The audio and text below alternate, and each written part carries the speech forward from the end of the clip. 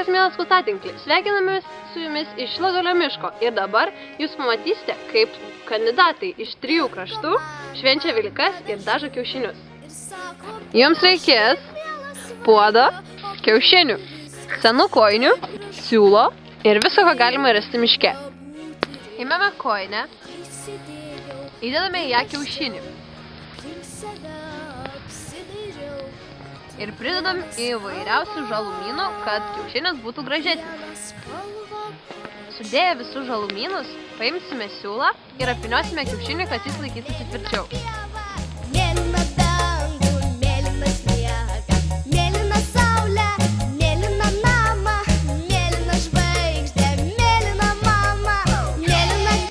Dabar į vandenį įdėsime medžio žievės, kad nusidažytų vanduo ir nudažytų kiaušinius. Šiam reikalui geriausiai tinka ąžuolo bei alksnio medžio žievės. O dabar sudėsime kiaušinius. Išvirę kiaušinius ir truputį juos atvėsinę, galime juos jau bandyti išvynioti.